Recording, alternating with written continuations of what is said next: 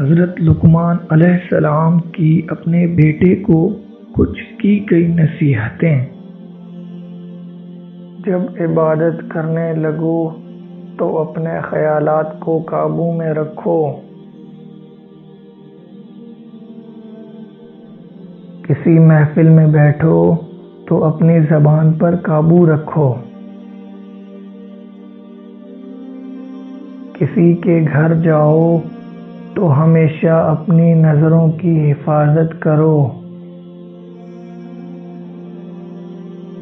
اللہ کو اور موت کو ہمیشہ یاد رکھنا، اپنی نیکیوں کو اور دوسروں کی برائیوں کو ہمیشہ بھلا دینا۔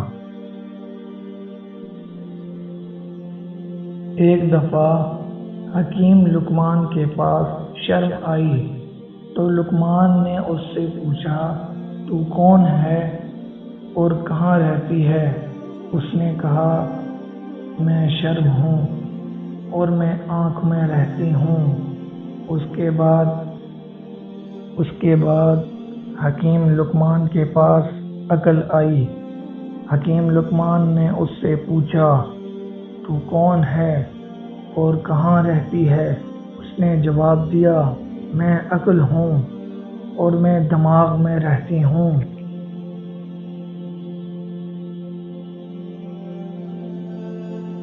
اسی طرح محبت آئی۔ حکیم لقمان نے اس سے پوچھا، تو کون ہے اور کہاں رہتی ہے؟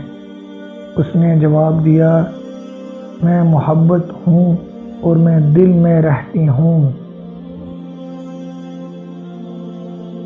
اس کے بعد تقدیر آئی۔ حکیم لقمان نے اس سے پوچھا، تو کون ہے اور کہاں رہتی ہے؟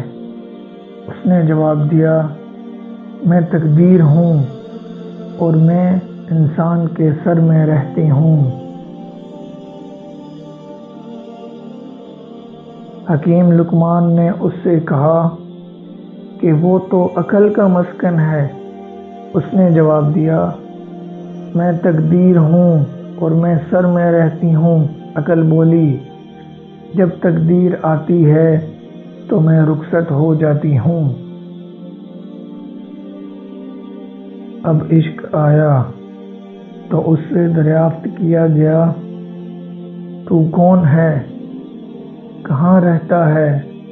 جواب دیا، میں عشق ہوں، انسان کی آنکھ میں رہتا ہوں۔ لقمان نے کہا کہ وہاں تو شرم رہتی ہے۔ بولا، جب عشق آتا ہے تو شرم چلی جاتی ہے۔ دولت تقسیم کی جائے تو کم ہو جاتی ہے اور علم کو بانٹا جائے تو بڑھ جاتا ہے۔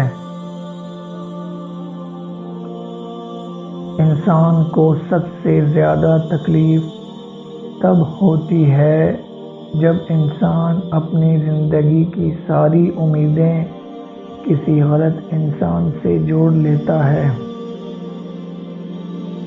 زندگی میں کوئی بھی اچھا کام کرو، لوگوں سے کبھی نہ گھبراؤ۔ عقل مند انسان اپنے گھر میں بچے کی طرح اور اپنی قوم میں مرد کی طرح رہتا ہے۔ جس نعمت میں شکر ہے اسے زوال نہیں، اور جس نعمت میں ناشکری ہے اسے بقا نہیں۔ جس طرح بارش خشک زمین کو زندہ کرتی ہے، اسی طرح نیک لوگوں کی صحبت دل کو زندہ کرتی ہے۔ اپنے نفس کو پاکیزہ بناؤ، اس سے صفات بد کے بجائے نیک صفات پیدا ہوں گی۔